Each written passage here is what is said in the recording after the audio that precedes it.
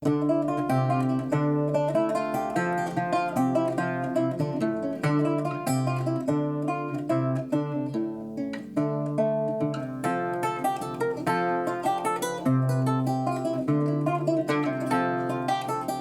I'm Peter Adamson, and you're listening to the History of Philosophy podcast, brought to you with the support of the Philosophy Department at King's College London and the LMU in Munich, online at historyofphilosophy.net.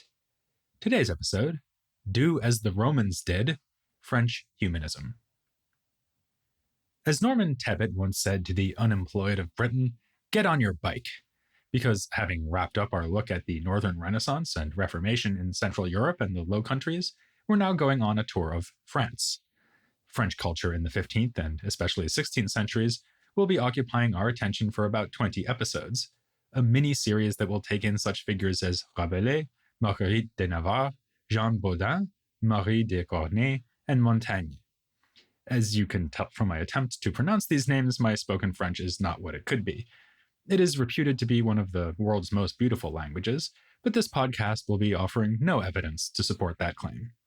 To the contrary, I will be subjecting it to the sort of treatment meted out in the St. Bartholomew's Day massacre of 1572, something else we'll be mentioning along the way. So I apologize for that in advance.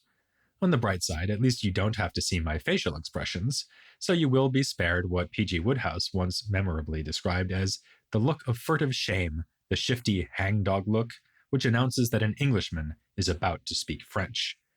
I'm American, of course, but it applies to us too. As it happens, this first episode will be devoted to a similar topic, what happened when Frenchmen undertook to speak Latin, and even more controversial, when they undertook to speak French.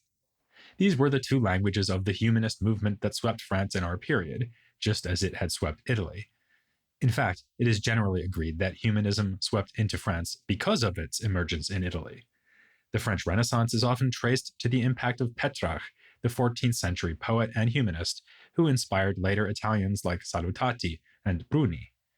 Petrarch's poetry was imitated in French lyric verse and translated by Jean Mereau in 1534. Mereau also exemplified the way that French writers were engaging with classical literature in this period. He translated Ovid and Virgil from Latin into French. Yet medieval French literature still remained relevant in this period. In fact, that is illustrated by Mereau too, as he produced an updated version of the 13th century poem Romance of the Rose. We looked at this allegorical work back in episode 254, and in episode 295 we saw how Christine de Pizan and other intellectuals in early 15th century France debated its value. Despite Christine's complaints about its misogyny, it remained a central work. The poet Joachim de Boude pronounced it the only thing worth reading from older French literature. De Boude made this judgment in his Defense of the French Language, published in 1549.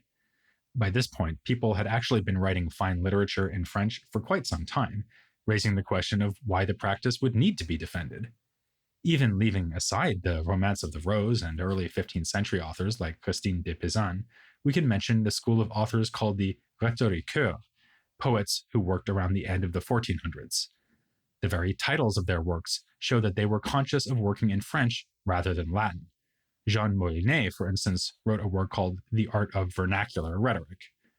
Even though Molinet anticipated du Bellay's attitude that vernacular poetry should follow as closely as possible the model of Latin verse, du Bellay was dismissive of the earlier efforts of Molinet and the other rhétoriqueurs. Like so many Renaissance figures, whether in science, philosophy, or literature, he thought that it was only in his own time that the glories of antiquity were finally being revived and imitated with any degree of success. Modern-day scholars don't entirely disagree with de Bellay about this. The French Renaissance is typically seen as a kind of delayed reaction to events in Italy, with a real humanistic flowering only in the 16th century. This was in part thanks to the presence of teachers of ancient Greek. As Italians had done earlier, French intellectuals benefited from the presence of émigrés from the Greek-speaking Eastern Mediterranean. These included George Hieronymus from Sparta and John Lascaris from Constantinople. Both came first to Italy and then traveled on to France, living incarnations of the passage of humanist scholarship from east to west. They shared their knowledge of Greek with a young man who would become the leading figure of French humanism, Guillaume Budé. He was Paris's answer to Erasmus, to the extent that a visiting Italian humanist complained that in the eyes of the French, none but Budé had a knowledge of literature. In fact, Budé answered Erasmus quite literally, in a rather prickly exchange of letters, which touched sometimes on issues of genuine scholarship, but more often on the interpersonal feuds that were such a mainstay of humanist culture. Erasmus had misgivings about Budé's ponderous and obscure Latin style. In turn, Budé, in a letter written half in Latin and half in ancient Greek, lamented that Erasmus was wasting his talents on lighter works, probably having in mind such texts as the Praise of Folly. No one was going to accuse Budé of any such frivolities. He produced, among other things, De Asse. It is not about donkeys, or whatever else you may be thinking, but rather a punishingly well-documented exploration of Roman coins, one of which was called the As, hence Budé's title. A modern biographer of Budé has complained that, on the face of it, De Asse is poorly composed, poorly written, and poorly edited. But it does display Budé's impressive research into such topics as the cost of bread in antiquity, and is opinionated on such matters as the debasement of currency and the counterproductive use of tax money to hire mercenaries. Digressions scattered throughout the work touch on scarcely relevant topics like the relative merits of active and contemplative life, another typical concern of humanism that we most recently encountered in Lipsius. For Budé, an active life meant one lived at court, especially the court of the French king Francis I. He was the monarch most central to the story of the French Renaissance. Scholars have long admired the blossoming of culture and art during his reign, including the art of music, as in the case of Pierre Attagnan, whose piece Tourbillon you just heard as the new music clip I'm using for the episodes on France. It was recorded especially for the podcast by lute-playing philosopher Helen de Cruz. Thanks, Helen. In any case, King Francis also supported numerous humanist scholars, including Budé. Budé is credited with helping persuade Francis to establish the Collège des Lecteurs Royaux in 1530. Later, it would become the Collège de France. Its motto was, "Teach everything," but the curriculum was oriented towards such core humanist disciplines as Hebrew, Greek, and mathematics. It was during the long reign of Francis, from 1515 to 1547, that the study of Greek really bedded down in France. As one modern-day scholar has put it, in the sort of phrasing that Budé might use if he were writing in English, what had once been the esoteric learning of a few became the necessary appanage of every educated man. Deep knowledge of Latin was also highly valued, with Cicero, of course, being the gold standard in this language. An amusing story has the humanist Marc-Antoine Muret laying a trap for his critics by deliberately using Latin words that were drawn from Cicero's works, but omitted from the standard lexicon of Cicero's Latin. The idea was, of course, that the critics would accuse him of using un-Ciceronian Latin only to be exposed for their own ignorance. Budé drew on Cicero and other ancient sources for a work of political advice offered to King Francis, the Institution du Prince. It shares the features we found in other mirrors for princes in this period. That is to say, Budé is a steadfast defender of monarchy, a sensible position to take when you're writing for the King of France, and presupposes that the welfare of the state turns on the individual character of the ruler. Another modern scholar who can turn a nice phrase complains about this aspect of the work, saying, Budé is full of high sentence, but yes, a bit obtuse. The obviousness of his censures and injunctions is so soporific that the contradictions in them easily pass unnoticed. But Budé does at least have an idea about how the prince should shape his moral outlook, an idea that could hardly be more humanist. He should study history, to the point of making it his great mistress. Thus, the Institution du Prince is full of examples taken from the lives of ancient rulers like Alexander the Great. Meditating on such examples, the ruler will develop practical wisdom or prudence, the same virtue later celebrated by Lipsius in his comparable work, the Politica. As Budé writes, prudence is acquired in this way by the man of good judgment in reading and reflecting about the past and present government of the world, and how all kingdoms and great monarchies have met their end, and by what shortcomings they have fallen into difficulty. If you asked Budé's contemporaries about his greatest achievement, they would probably mention his study of the legal tradition. In 1508, he published his Annotations on the Digest of Justinian, which, it has been said, did for Roman law what Erasmus's New Testament was to do for biblical studies. Budé was unsparing in his criticism of the scholastic legal tradition. Our imagined English-speaking version of Budé would have found the name of the leading scholastic jurist, Accursius, all too apt. He blamed Accursius and other university jurists for misunderstanding Latin vocabulary and, more subtly, for failing to appreciate the way that both the Latin language and Roman law had evolved over time. This was a significant caveat to the idea of a single normative version of Latin, enshrined above all in the writings of Cicero. Which is not to say that Budé was free of anachronisms of his own, as when he assimilated the medieval relationship of feudal lord and tenant to the relationship between the Roman patron and his clients. Still, this was a great leap forward for legal scholarship, and especially the application of philology to this field. Budé inspired other scholars to follow his example, like Louis Leroy, professor of Greek at the newly founded Collège. He wrote a biography of Budé and took seriously the latter's injunction to steep himself in history, something that shows itself in Leroy's translation of Plato's Phaedo, which begins with an overview of the history of ancient philosophy. But in one respect, Budé was not a model for what would come in the middle of the 16th century. He was a French scholar who barely ever wrote in French. He apologized for this shortcoming in the Institution de Prince, humble bragging that his native tongue was the one he had practiced the least. He was patriotically convinced that the torch of humanist studies was being passed from Italy to France, a process called in Latin the translatio studii, but he saw this as a phenomenon that should manifest itself in Latin letters, or when one really wanted to show off, in Greek. Others saw things differently. They believed that French could equal and ultimately even supplant Latin as the language of literature, becoming, if you will, a lingua franca. A concern for the vernacular alongside classical language is clear in the work of Étienne Dolet. He wrote a guide to the Latin language in imitation of an introduction to Greek produced by Budé.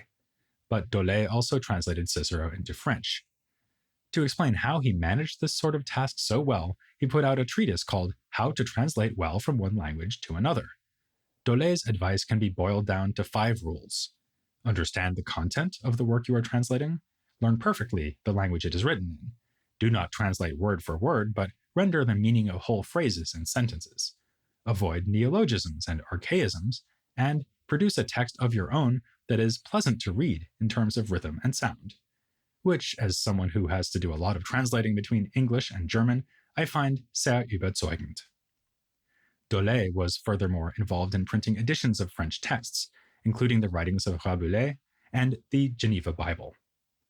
More generally, printed books were tracking the arrival of humanism in France and its increasing tendency to span the divide between Latin and the vernacular. Printing got a late start in France due to a combination of factors: the availability of printed books coming from Germany, as well as minor problems like the 100 Years' War and regular outbreaks of plague. Once they got going, the 2 main centers were, of course, Paris, where a press was set up at the Sorbonne, and Lyon, a city that was an important intellectual crossroads because of its proximity to Italy. Aptly enough, the first effort of the Sorbonne press was a guide to writing letters. It doesn't get much more humanist than that. Under Guillaume Fichet, this press went on to publish classical Latin texts in history and philosophy, as well as works by more recent authors like Lorenzo Valla. By the turn of the 16th century, printed texts would include humanist grammars and even medieval works. And as of 1476, books were being printed in French, not only Latin.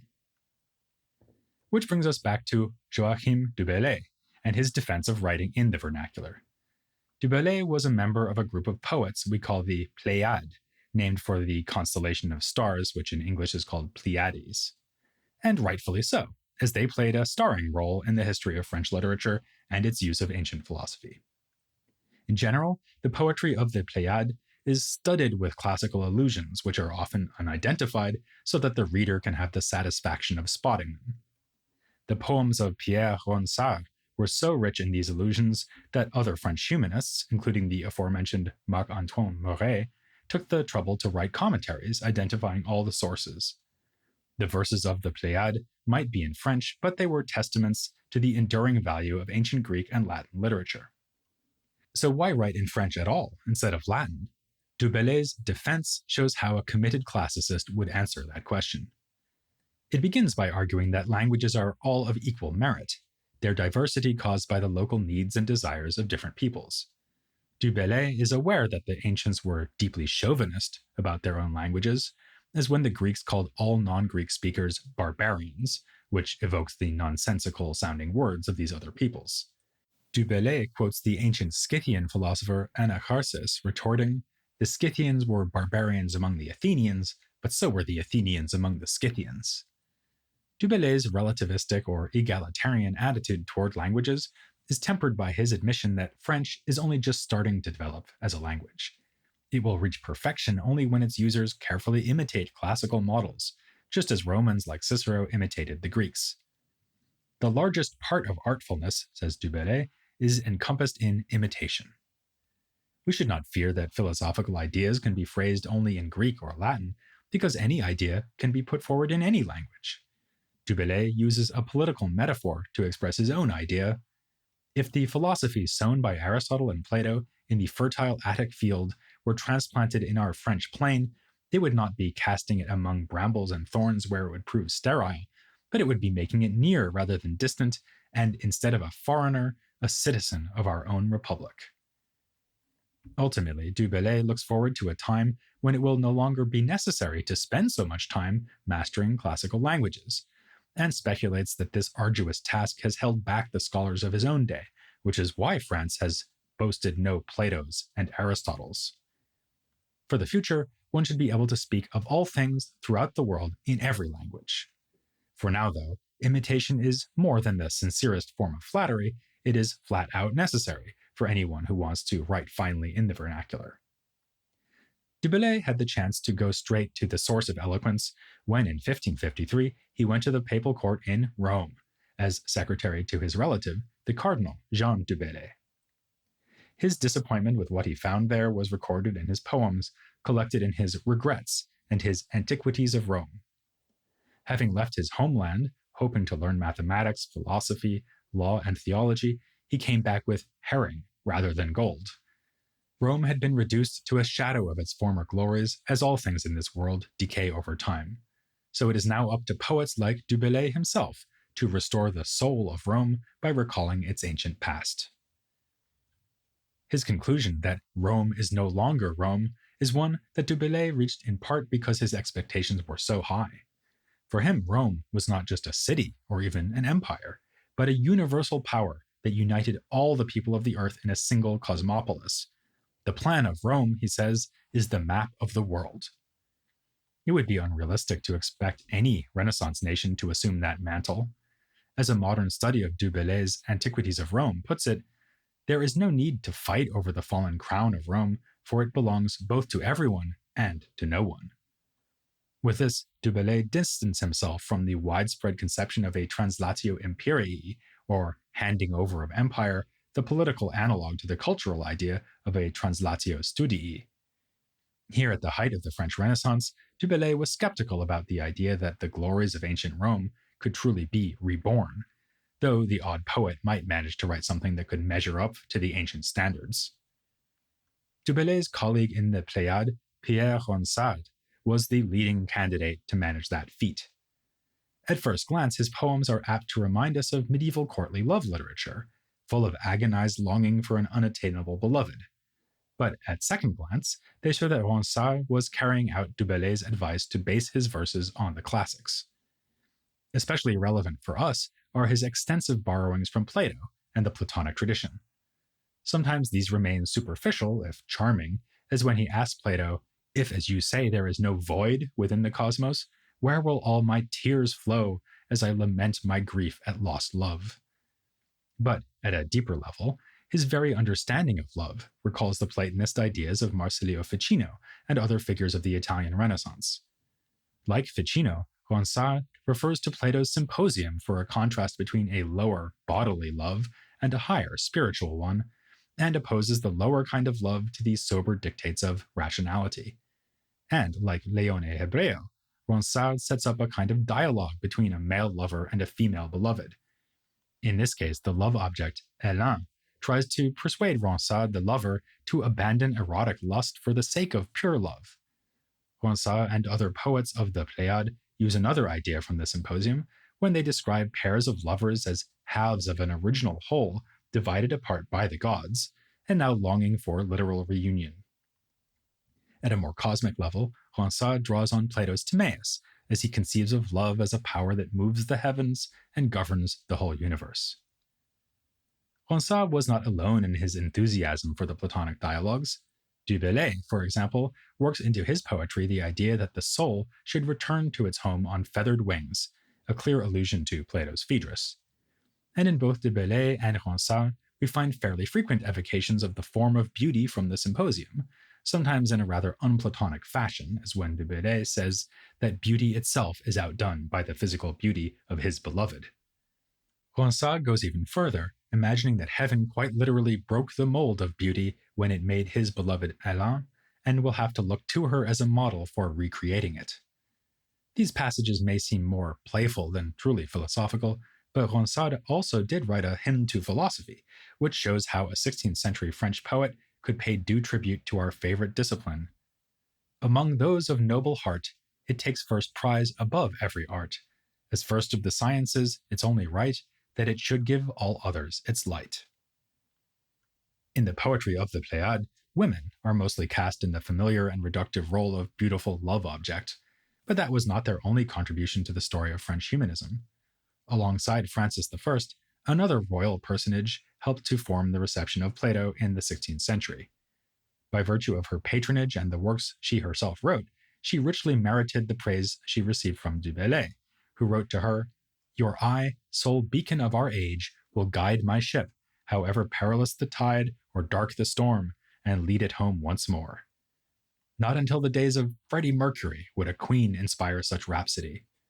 Having discussed a crazy little thing called love and the works of the Pléiades, next time we will rock you with an episode on Marguerite de Navarre, here on The History of Philosophy, without any gaps.